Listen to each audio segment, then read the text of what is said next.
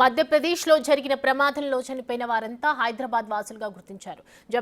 Jabalpur road ప్రమాదంలో 7 మృతి చెందారు. ఇంకో 2 గాయపడ్డారు. వారు ప్రస్తుతం జబల్పూర్ ఆసుపత్రిలో చికిత్స పొందుతున్నారు. తనకు చిన్న గాయాలు మాత్రమే అయ్యాయని నవీన్ ఆచారం పోలీసులకు సమాచారం ఇచ్చారు. మరోవైపు మృతదేహాల్ని హైదరాబాద్కి తరలించేందుకు ప్రయత్నాలు జరుగుతున్నాయి. పోస్టు మార్టం పూర్తి చేయడానికి జబల్పూర్ పోలీసులు ఏర్పాటు చేశారు. వాటితో హైదరాబాద్ పోలీసులు నిరంతరం టచ్లో ఉంటున్నారు.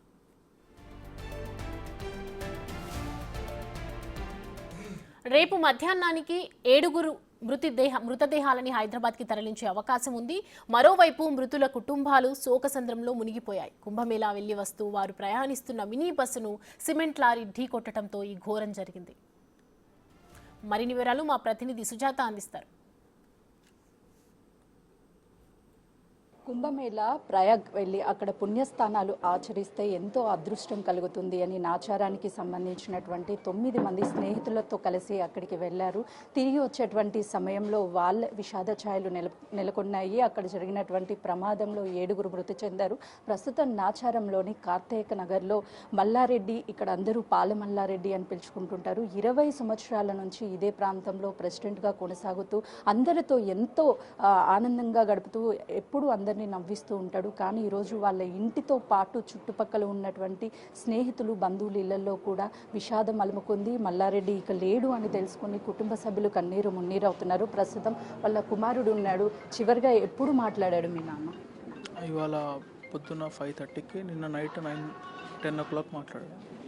ఏమని మాట్లాడాడు? ఆల్రెడీ దర్శనం అయిపోయింది, తిరిగి వస్తున్నామని చెప్పాను. నేను నైట్ మాట్లాడితే ఇప్పుడే గంగా స్నానం చేస్తున్నాను, పొద్దున బయలుదేరినాను అని చెప్పాను. వస్తున్నానే చెప్పాను. ప్రతి తండ్రికి కూడా తన కొడుకు ప్రయోజకుడు అవ్వాలి, ఒక సక్సెస్గా ఉండాలి అని. అంటే మీ గోల్ ఏంటి? మీ తండ్రి ఎలాంటి పొజిషన్లో మిమ్మల్ని చూడాలనుకున్నాడు?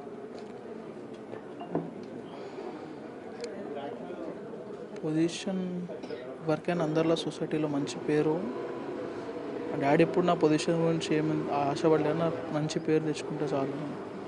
చుట్టుపక్కల కూడా మీ నాన్నగారికి చాలా మంచి పేరు ఉంది, ఎప్పుడు అందరినీ నవ్విస్తూ ఉంటాడు. కానీ ఈరోజు మీ డాడీని మీరు కోల్పోయినప్పటికీ కాలనీ వాళ్ళు కూడా మేము కోల్పోయాము అని మీరు ఎంత బాధపడుతున్నారు, ఎట్ ఎ టైం వాళ్ళు కూడా అంతే బాధను వ్యక్తం. ఆ బాండింగ్ని అసలుకి ఎలా ఇప్పుడు పరిస్థితి? అసలు నాకు ఇంకా నమ్మబుద్ధి అవుతలేదు, ఇది అయిందా లేదా నాకు ఇంకా నమ్మబుద్ధి అవుతలేదు. ఫ్యామిలీ అందరం అయితే షాక్లోనే ఉన్నాం.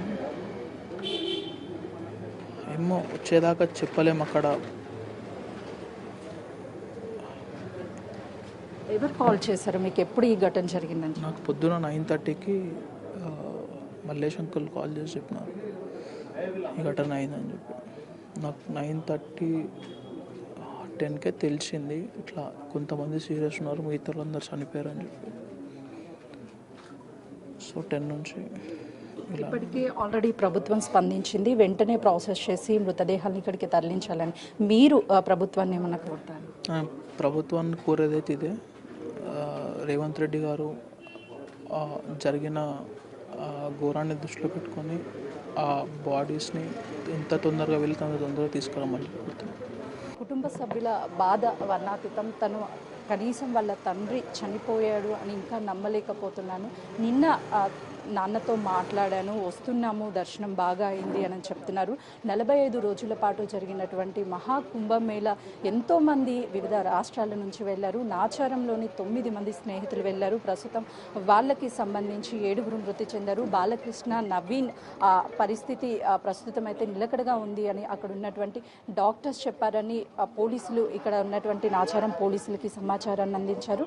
ప్రస్తుతం ఇక్కడ బంధువులతో పాటు చుట్టుపక్కల కాలనీ వాసులంతా కూడా ఇక్కడికి చేరుకొని కుటుంబాన్ని ఓదార్చే ప్రయత్నం చేస్తున్నారు. కానీ చనిపోయినటువంటి వ్యక్తులను అయితే ఎవరూ మళ్ళీ తిరిగి తీసుకురాలేరు. ప్రభుత్వాన్ని ఒక్కటే విన్నవిస్తున్నాము, అక్కడ ఉన్నటువంటి మృతదేహాలను వెంటనే ఇక్కడికి ఇంటి దగ్గరికి పంపించాలి, ఎంత త్వరగా ప్రాసెస్ అయితే అంత త్వరగా పంపించాలని వాళ్ళు ప్రభుత్వాన్ని రిక్వెస్ట్ చేస్తున్నారు.